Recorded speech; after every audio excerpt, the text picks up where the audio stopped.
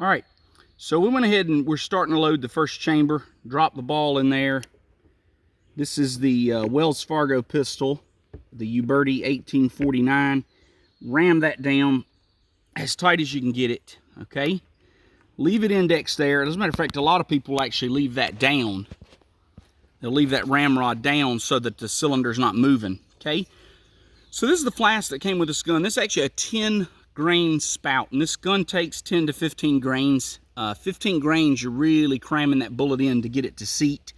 So I just use the 10 grains, and what I do, if you don't know how to do that, you take this, you take a powder measure, you press the button, you flip it over, you shake it till the spout is full, okay? So that's full of powder. If you can see the powder down in that hole, you pour that into a measure, and it'll measure out 10 grains, okay? And so then you just, straight from the flask, you can actually do that, okay?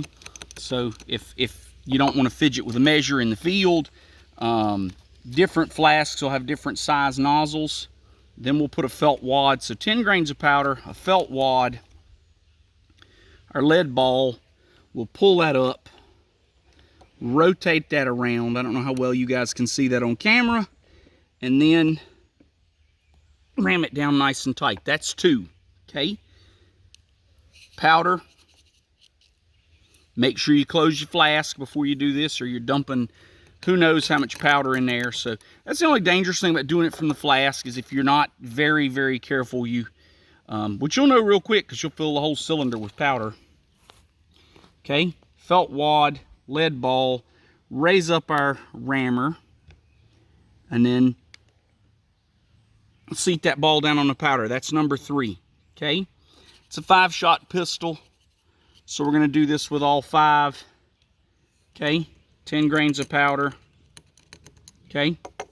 Let's see if you can see that powder down in there. I don't know if you can see that with the sunlight or not, but the powder fills about half the cylinder. 15 grains is about all you can stuff in there. More than that, and it starts to overflow, okay? So we'll put our wad, put our ball, lift that up, rotate this around, okay? And 10 to 15 grains is fine. Like I said, it's not got a lot of power.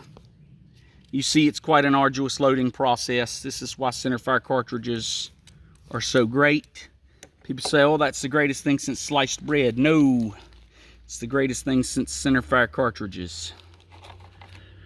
But anyway, my opinion, okay? Last one. And you know it's the last one because if you look down in there, you can actually see the ball from the first one, okay? Sunlight in there, you see the lead ball, okay? So you ram that down, okay? Now, you can use Crisco, you can use boar butter, you can use anything you want. We're still at half cock. What I have is boar butter, so that's what I'm going to use, is boar butter, okay? No, I'm not, because it's partially melted. Yay! Normally, this is like kind of gross. It should be a solid at room temperature, and it's not. So, yuck. It's supposed to be solid. There's some solid, some solid. Yeah, I think we'll skip that part today. I left my Crisco at home. Crisco would be solid in these temperatures. The boar butter's a little runny. So, but normally what you would do is you'd actually put a smidgen of boar butter or Crisco on each of these. And all that does is help soften up the fouling. When you're done shooting, you don't get such a buildup in the barrel. It just softens up the bore a little bit, okay? So with it still at half cock, what we're going to do next is we're going to cap each of these, okay? And here are our little caps. These are number 10 caps. 10s and 11s are the same diameter. And the place to cap them is right here on the side. There's actually a recess for you to get in here. And I use my fingers. I know a lot of people will use a capper. I just use my fingers because this is how they did it in the old days. They didn't have a capper. They used their fingers, and so I use my fingers. Same reason I hate boar butter, aside from the fact that it's all melted when I tried to use it on video. The last time I came out shooting, it was cooler. It's pretty warm today, and The last time I came out shooting it was cooler, and I didn't video, and the bore butter was nice and solid. And but anyway, and I left my tub of Crisco at home, but usually I use Crisco. That's what the old timers used. I just lost the cap. Hardest part's just fidgeting with these little things, and the bigger your fingers are, the harder they are to fidget with. You do want to make sure they're pretty well seated.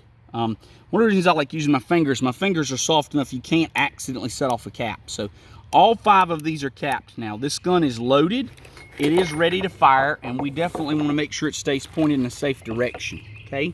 I'm going to chronograph these in a minute, but I just want to shoot these 5, so if you want to get a side view of the smoke and all of that, just a side view. Yeah, so let me put my hearing protection on, and we're just going to shoot. Everybody ready?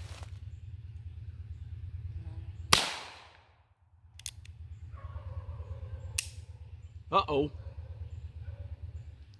We got a nothing. All right. We'll wait a second. No, we didn't hit that cap good. Let's hit this one.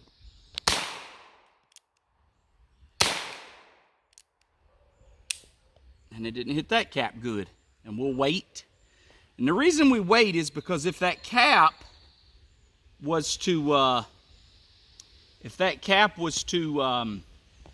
spark a little and not go off. And this gun is notorious for doing this if you don't seat those caps nice and tight.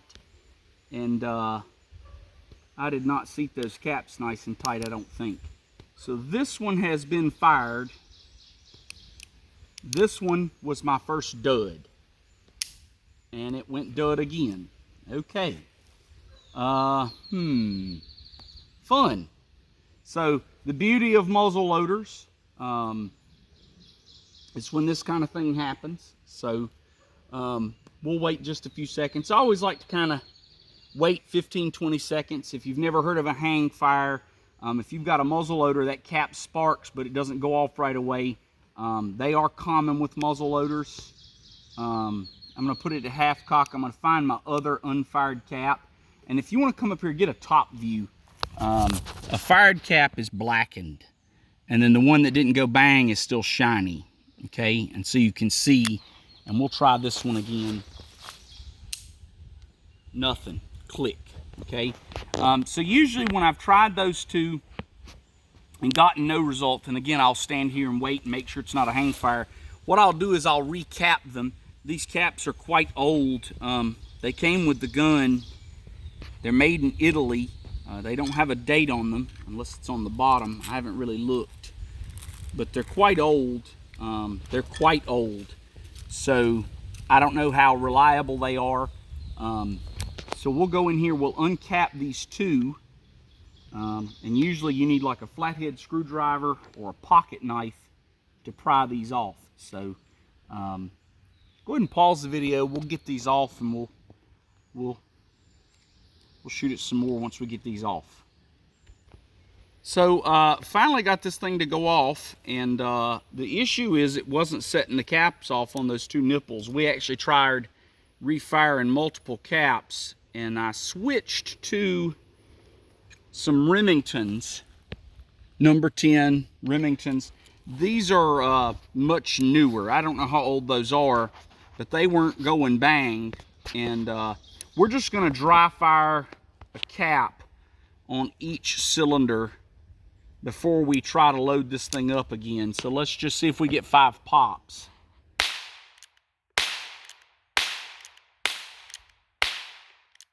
Okay, happy with that. And sometimes you're going to have to go to half cock and kind of fidget with these to get them out of here at this loading port here. But just make sure all your caps fell out and nice clean nipples. All right, cool. So we're going to reload this, and then we're going to shoot it through the chronograph and see what we're getting with 10 grains of powder, okay? So we're going to pause. We'll come right back. Go. All right, so we're all reloaded. We're going to shoot at this steel swinger here, see what we can do.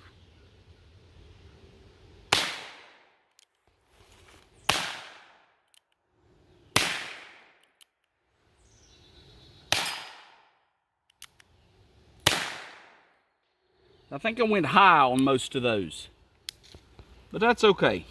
So, like I say, it's an up-close personal, and your action sometimes will get jammed up because you get a cap that's wanting to go wonky on you, and just gotta get those out of there. So you get all your caps out and you're ready to reload. So we're gonna load this up with 15 grains of powder, and we're gonna see what it does with the chronograph, okay? So